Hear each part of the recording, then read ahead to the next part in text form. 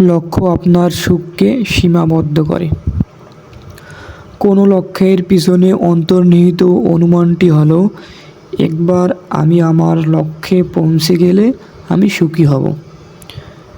একটি লক্ষ্যকে প্রাধান্য দেওয়া মানসিকতার মূল সমস্যা হলো আপনি পরবর্তী অর্জন না পাওয়া পর্যন্ত ক্রমাগত সুখকে দূরে সরিয়ে রাখছেন। আমি এই ফাঁদে এতবার পড়েছি যে গুণে শেষ করা যাবে না। বছরের পর বছর ধরে সুখ ছিল আমার কাছে ভবিষ্যতে উপভোগ করার মতো একটি বস্তু। আমি নিজেকে প্রতিশ্রুতি দিলাম যে একবার আমি 20 পাউন্ড বেশি অর্জন করলে বা ব্যবসা নিউ ইয়র্ক টাইমসে প্রদর্শিত হওয়ার পরে অবশেষে আমি চিন্তামুক্ত হয়ে আরাম করতে পারবো। তদরূপই লক্ষ্য এটা যে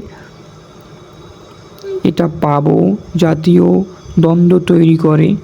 হয় আপনি নিজের লক্ষ্য অর্জন করেন এবং সফল হন, বা ব্যর্থ হন এবং আপনি হতাশ হন। আপনি মানসিকভাবে নিজেকে সুখের সংকীর্ণ সংস্করণে আবদ্ধ করে ফেলেন। এটি বিপদগামী। জীবনের যাত্রায় কখনোই যে পরিকল্পনা করে যাত্রা শুরু করেছিলেন, পরবর্তী ধাপে আপনার পরিকল্পনা মাফিক হুবহু সব কিছু ঘটে না। যেখানে সাফল্যের অনেকগুলো পথ রয়েছে, সেখানে আপনার সন্তুষ্টিকে একটি নির্দিষ্ট দৃশ্যে সীমাবদ্ধ রাখার কোনো মানে হয় না।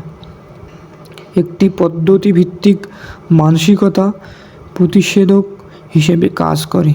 আপনি যখন পণ্যের বদলে উৎপাদন প্রক্রিয়া প্রেমে পড়বেন, নিজেকে খুশি হওয়ার অনুমতি দেওয়ার জন্য, তখন আপনাকে আর অপেক্ষা করতে হবে না।